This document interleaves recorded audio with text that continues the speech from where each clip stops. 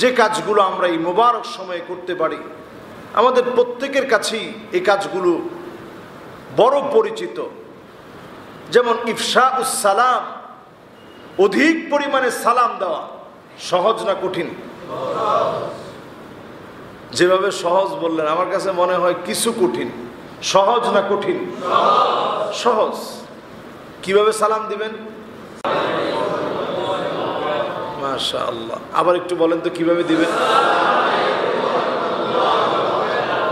মাশাআল্লাহ। আপনাদের সালাম একেবারে পুরো পারফেক্ট আছে। যেইভাবে সালাম দেওয়া দরকার ঠিক সেইভাবেই আপনারা সালাম দিয়েছেন। যদি আমরা এই সালামের অভ্যাসটুকুনো গড়তে পারি মোবারক সময়ে, সালামটা এত গুরুত্বপূর্ণ।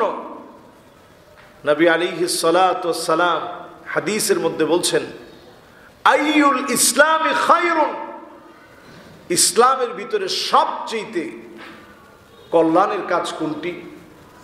নবী করিম সাল্লাল্লাহু আলাইহি সাল্লাম বলছেন, সবচেয়ে কল্যাণের কাজ হচ্ছে কাউকে খানা খাওয়ানো, যাকে আপনি চিনেন আর যাকে আপনি চিনেন না।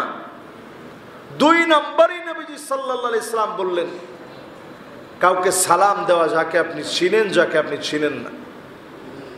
এই মুবারক কাজটা যদি আপনি আমি অভ্যাস করে নিতে পারি যে সালাম দিব, অহংকার মুক্ত আপনি থাকতে পারবেন। নিজেকে অহংকার মুক্ত রাখতে পারলে আল্লাহর কাছ থেকে ক্ষমা পাওয়া যায়। এটা বিনয়ী মানুষের গুণ। এই জন্য আগে থেকে আপনি দৌড়ায় সবার আগে সালাম দিবেন। আল্লাহ যেন আমাদেরকে কবুল মঞ্জুর করেন। পড়ে না আমি। এই মুবারক সময়ের আমল হচ্ছে আল ইসলাহ বাইনান নাস, মানুষের মাঝে সংশোধন করে দেওয়া। কারোর মধ্যে ঝগড়া লেগে আছে, আমরা এই ঝগড়ার মধ্যে একটু পানি ঢেলে দিই। কেমনে ঝগড়াটা আরো বাড়ানো যায়? আগে গিয়ে শুনি কি হয়েছে। আরে ভাই, এই লোকটা তো আমার বিরুদ্ধে এই কাজ করতেছে। আর এটা তো তুমি অল্প বললা, সে তোমার বিরুদ্ধে যা করতেছে মুখে বলা যায় না, যা করতেছে। এতে করে সম্পর্ক ভালো হবে না খারাপ হবে? এটা সম্পূর্ণরূপে হারাম। আপনি চেষ্টা করবেন কেমন করে সম্পর্ক ভালো করা যায়। এই কাজটা যে করবেন, এত সওয়াবের কাজ, এত সওয়াবের কাজ। একজন মানুষের মুখে হাসি ফুটিয়ে দিলেন, ওই দিনের সবচেয়ে সওয়াবের কাজ হিসেবে আপনার কাজকে আল্লাহ তাআলা গণ্য করে নেবেন। সুবহানাল্লাহ। এই আমলটা সবাই করবেন ইনশাআল্লাহ। এই সময়ের অন্যতম একটি কাজ হচ্ছে আল আমরু বিল মারুফ ওয়ান নাহি আনিল মুনকার। সৎ কাজের আদেশ দিবেন, অসৎ কাজ থেকে নিষেধ করবেন। এই সময়ের অন্যতম আমল এটি। এই সময় আপনি ওয়াহিফজুল লিসান, নিজের জিহ্বাকে আপনি সংবরণ করবেন, নিজের জিহ্বাকে সংযত রাখবেন, অনর্থক কথা বলবেন না। আমাদের সময় কাটে না, অনেক সময় শুধু অনর্থক কথা বলি। আপনি অফিসে যাচ্ছেন, জীবনে কোনোদিন চিনেন না জানেন না, তার সঙ্গে একটু বসছেন, শুরু করেন, ভাই কই যাচ্ছেন, ছেলে মেয়ে কয়জন, চাকরিটা করেন কিসে, আপনার আব্বা কি রেখে গেছে আপনার জন্য। এই যে কথাগুলা বলতেছেন, কাজের কথা না অকাজের কথা? কি লাভ আপনার? হাবিজাবি সব খবর নিলেন। জিহ্বাকে সংযত করেন, হিফজুল লিসান। জিহ্বাকে দিয়ে বেশি আপনি কষ্ট দেওয়াবেন না। সাহাবায়ে কেরাম এই জিহ্বাকে টেনে ধরতেন, জিহ্বাকে টেনে ধরে বলতেন, এই জিহ্বা যদি সংযত থাকে, জিহ্বাকে যদি সংযত রাখা যায়, নাজাতের সম্ভাবনা কত বেড়ে যায়। সাহাবায়ে কেরাম এই জিহ্বাকে সংযত রাখার জন্য টেনে ধরে রাখতেন। কথা এখন বলতে হবে, টেনে ধরে রাখতেন, জিহ্বাকে সংযত করতেন। নবী আলাইহিস সালাতু ওয়াস সালাম এই জিহ্বা দেখিয়ে বললেন, এই জিহ্বার লজ্জাস্থানের হেফাজত যে করবে, আদমানুলাহুল জান্নাহ, আমি তার জন্য আল্লাহর জান্নাতে জিম্মাদার হয়ে যাব। সুবহানাল্লাহ। এই সময়ে জিহ্বাকে সংযত রাখবেন, জিকির আজকারের মধ্যে আপনি ব্যস্ত রাখবেন। এরপরে এই সময়ের অন্যতম আমল হচ্ছে আল ইহসান ইলাল জিয়ারান, প্রতিবেশীর সঙ্গে সুন্দরতম আচরণ করা। আমরা প্রতিবেশীর সঙ্গে অনেকেই খারাপ ব্যবহার করি, প্রতিবেশীর হক কি জিনিস বোঝার চেষ্টা করি না। এই সময় অন্তত এই কাজটা বেশি করেন, ইহসান করেন প্রতিবেশীর সঙ্গে। আল ইকরাম উদ্দাইফ, মেহমানদের সঙ্গে সুন্দর আচরণ করেন। এটার যে কত সওয়াব আমরা অনেকে জানি না। মেহমান আসলে অনেকের কপালের মধ্যে বাস পড়ে গেছে যে হায় হায় খাওয়াবো কি, থাকবে কোথায়। আমাদের ঢাকা শহর এটা আসলে অনেক সময় একটু কষ্টকর হয়, থাকার বিষয়টা ম্যানেজ করাটা অনেক কষ্টকর হয়ে যায় অনেক সময়। অন্তত একজন মেহমান আসলে বরকত মনে করেন। নবীজি বলছেন, যদি কোনো মেহমান তোমার ঘরে আসে, ফালইউকরিম দাইফাহু, তোমার উচিত হচ্ছে ওই মেহমানকে সম্মান করা। যদি কেউ মেহমানকে অসম্মান করে, ওই লোকটা ইমানদার হতে পারে নাই। লা ইউমিনু আহাদুকুম, ওই লোকটা ইমানদার হতে পারে নাই যেই লোকটা তার মেহমানকে সম্মান করতে পারে না।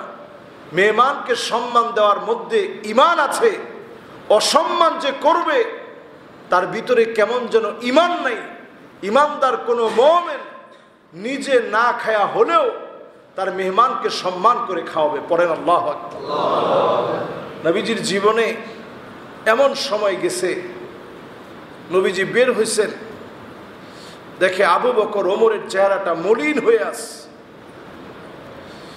এমন সময় বের হয়েছেন যখন আরবের লোকেরা একটু আরাম পেয়ে একটু কাইলুলা করত, একটু ঘুমানোর জন্য চেষ্টা করত। এই সময়ে বাহিরে হাঁটাহাঁটি করতেছে। তো রাসূল করিম সাল্লাল্লাহু আলাইহি সাল্লাম দেখেই বললেন, আবু বকর ওমর, এই সময়ে তোমরা বাহিরে কেন? পরিষ্কার জবাব দিলেন, আল জু' ইয়া রাসূলুল্লাহ, ক্ষুধার যন্ত্রণা এত তীব্র হয়ে গেছে, ঘরের ভিতরে টিকতে পারতেছি না, এজন্য বাহিরে পায়চারি করছি। আল্লাহর নবী বললেন, আমারও খুব ক্ষুধা লেগেছে, খাবারের মতো কোনো অবস্থা নাই। নবীজি আনসারী একজন সাহাবীর বাড়ির সামনে গেলেন। ভিতর থেকে আনসারী সাহাবীর স্ত্রী দেখা মাত্র বললেন, মারহাবান মারহাবা, দুনিয়ার শ্রেষ্ঠ মেহমান আমার ঘরের দিকে আসছে। ঘরে যখন গেলেন, আল্লাহর নবী জিজ্ঞাসা করলেন, সাহাবী কোথায়? বলছে, এই তো একটু ঠান্ডা পানি আনতে গেছে। সাহাবী এসে দেখেই অবাক হয়ে গেছে, তিনজনের চেহারা মলিন হয়ে গেছে ক্ষুধায়। ক্ষুধার যে ছাপ চেহারার মধ্যে পড়ে গেছে, চেহারা ফ্যাকাশে হয়ে গেছে। সঙ্গে সঙ্গে সাহাবী খেজুর নিয়ে এসে দিলেন, খেজুর পেড়ে এনে দিলেন, ঠান্ডা পানি দিলেন। নবীজি সাল্লাল্লাহু আলাইহি সাল্লাম খেজুরগুলো খেলেন আর বললেন, আবু বকর, ওমর, এই যে খেজুরগুলো সামনে রাখা, এক একটা খেজুরের হিসাব আল্লাহর কাছে দেওয়া লাগবে। আল্লাহু আকবার। চিন্তা করেন, এই যদি হিসাবের অবস্থা হয়, আমি আপনি কত ভালো খেয়ে আছি, কত রকমের খাবার দাবার আল্লাহ খাওয়ায়, কি করে আল্লাহর আদালতে হিসাব দিবেন? সাহাবায়ে কেরাম একটা খেজুর খেয়ে যদি হিসাব দিতে হয়, নবীজি যদি বলে থাকেন যে একটা খেজুরের হিসাব দেওয়া লাগবে, তো চিন্তা করেন আমার আপনার হিসাবটা কত কঠিন হবে। হাদিসের মধ্যে আসছে, ইন্না আকসারান নাসি শাবআন ফিদ দুনিয়া, দুনিয়ার জীবনে যারা অধিক পরিমাণে খায়, আকসারুহুম জাওআন ফি ইয়াউমিল আখিরাহ, অধিকাংশ লোক আখিরাতে ক্ষুধার্ত অবস্থায় থাকবে। দুনিয়ার জীবনে যারা বেশি খাচ্ছি, প্রতিনিয়ত খাওয়ার সময় একটু চিন্তা করেন, আল্লাহ আপনাকে খাইয়ে রাখতেছে,